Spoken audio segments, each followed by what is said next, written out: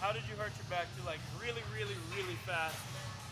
Just people think it's not real that me and some of my best friends have had herniated discs, Yeah. and they think we're like literally on saying, "No, I hurt my back." Oh yeah. So, hear his story at Yeah, the so- Boys and Girls Club. What was the event that day? Yeah, so there was an incident at work, and a kid was being threatened, and I had to take action. In the process of me taking action, I popped something in my back, which over time led to extremely painful sciatic pain.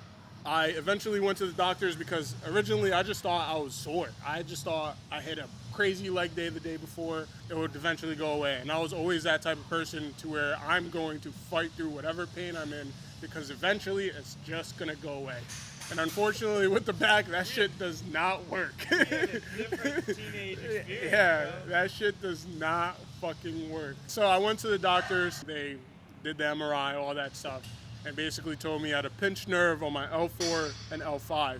Same thing that they tell everybody, right? You have the option of surgery and PT. And I just couldn't do it. Once they told me what type of surgery it was and I did my research, and basically they're going to take a piece of my spine out to alleviate the nerve that was pinched. And then I'm like, I need my spine. You know what I mean? Discectomy too, and like the thing with discectomies, a discectomy is for a lot of people it's a pipeline to getting a fusion years later because, like you said, you take out a structure. Oftentimes they don't have to, but sometimes they do go through the facet and they take out some of the bone and they do cut through stuff. And if they have to do that, it sets off the whole structural foundation, like the engineering of your spine to weight distribute gets thrown off. It's like taking a screw out of an engine. Yeah, and then something else goes extra, and then you have undue stress. So I was just throwing that in. So went through that, and I was like, nah.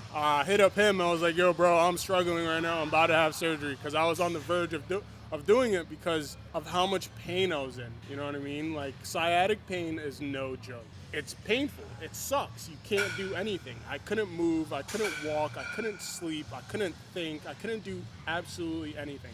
So I was calling Brendan and like telling him like, bro, I'm going through this.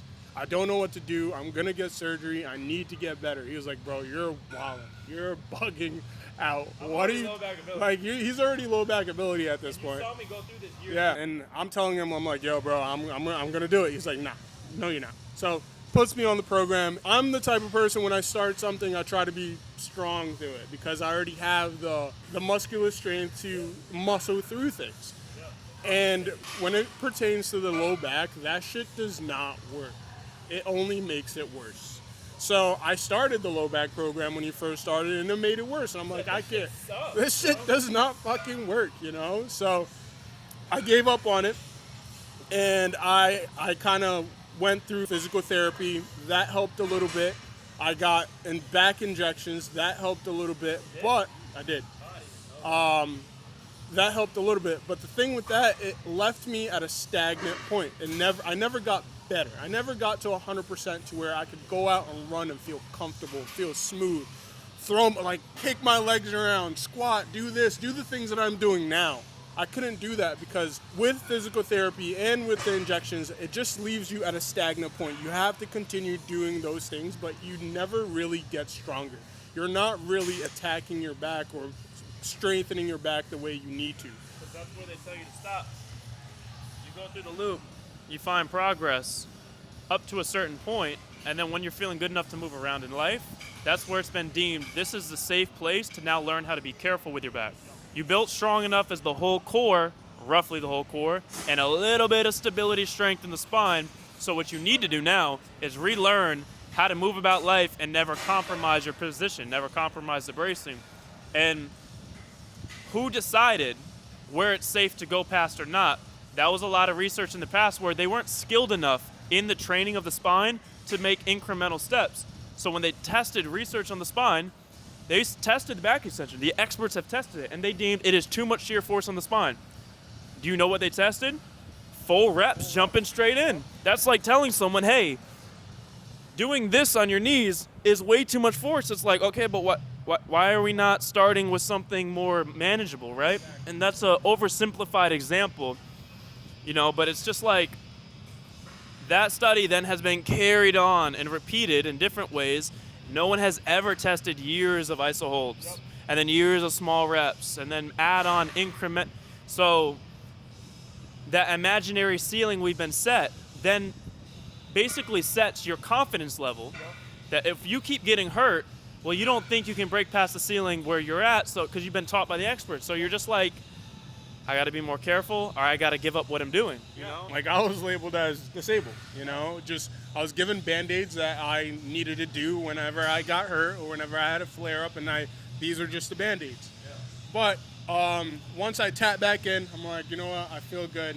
This program is actually working. I started off at the beginning. I started off at the bare minimum, which is iso holds.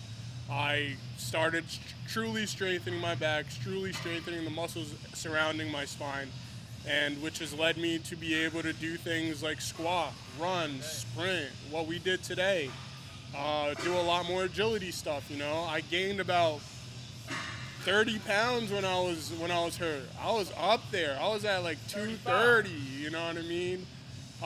And within the last 4 or 5 months, I've been able to drop that weight to get back to 205, 200, you know? That's what happens when you get healthy first, though. Exactly. You did have to drop that. Yeah. You did have to stop trying to do both. Exactly. That's why you stayed stuck. Yep.